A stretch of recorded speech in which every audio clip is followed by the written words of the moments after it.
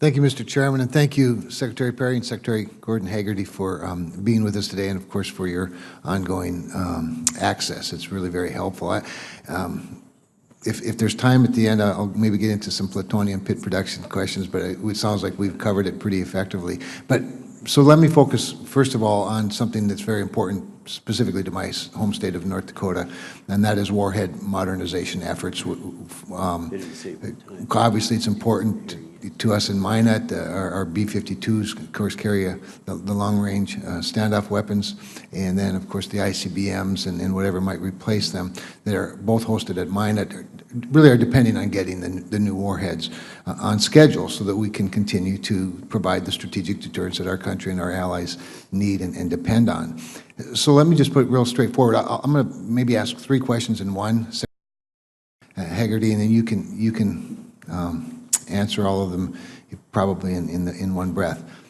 If you were forced to delay, for example, the W-84, what would the impact of the program be, on the program be? Would it introduce challenges to integration with the LRSO? And then likewise, would there be similar concerns with a delay in the W-87-1 and as it relates to our Minuteman IIIs and future ground-based systems? And just open the door for you to walk through that and answer.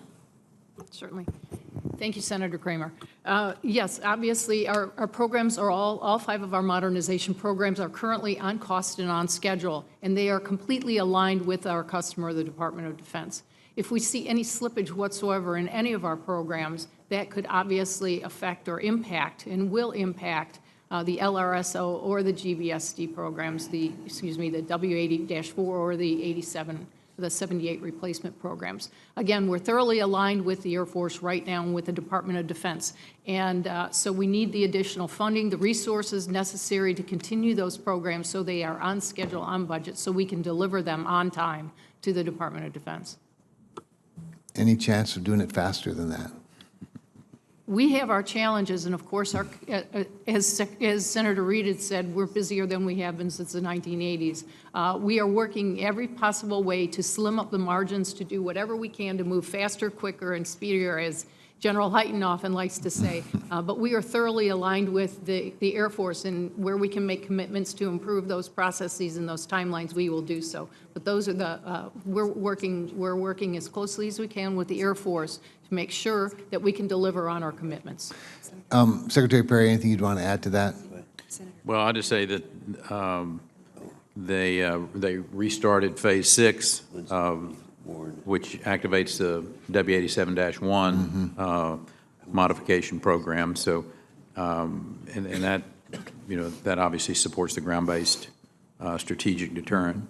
And again, I'm comfortable that the funding stream is appropriate. Here's my concern, is if the department gets tasked with some other areas, and I'll make reference to what's going on in North Korea, and knock on wood, that goes forward. We get tasked with verification issues and what have you. DOE would play a very, very leading role in a verification of the weapons that are there, and then the obvious next steps past that.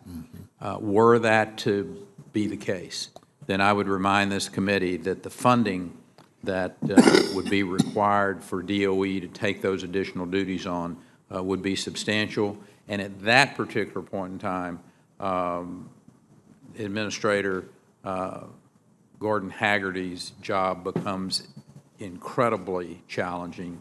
I got total faith that she can keep a lot of balls in the air at one time, but just as a, kind of looking out over the horizon, sir, and saying, here's what you need to be prepared for, something coming out of left field that you may have not had in your line item that wasn't funded for. That's one that I think, Mr. Chairman, we need to kind of just keep in the back of our mind. If this goes forward, the DOE's requirement will be substantial, incredibly important, and it could affect our other programs as we're trying to get those addressed as well.